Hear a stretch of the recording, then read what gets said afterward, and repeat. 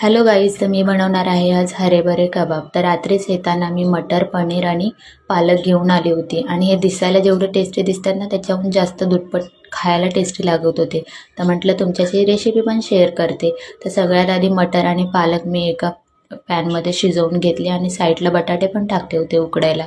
आणि पनीर घेतलं होतं इथे मी मस्त लगे मॅश करून. आणि मग करायला घेतली सगळ्यात आधी तर त्याची तयारी. तर इथे पालक शिजल्यानंतर मटर शिजल्यानंतर मिक्सरच्या भांड्यामध्ये पालक आणि मटर टाकून त्याच्यामध्ये कोथिंबीर, मिरची, अद्रक, लसूण मस्त लगे इथे पेस्ट करून घेतली आहे. आणि बाबू खाणार आहे म्हणून मिरच्या जास्त टाकल्या नव्हत्या आणि मस्त लगे पेस्ट टाकली. त्याच्यामध्ये पनीर टाकले होतं, उकडलेले बटाटे मॅश करून टाकले होते आणि थोडंसं चण्याचं पीठ घेतलेलं आहे. त्याच्यामध्ये मीठ टाकलेलं चवीपुरतं आणि लाल तिखट, धनिया पावडर आणि जिरा पावडर टाकून मस्त लगे एक मिश्रण करून घेतलं होतं. आणि बाबूला पण मी खायला देणार होती.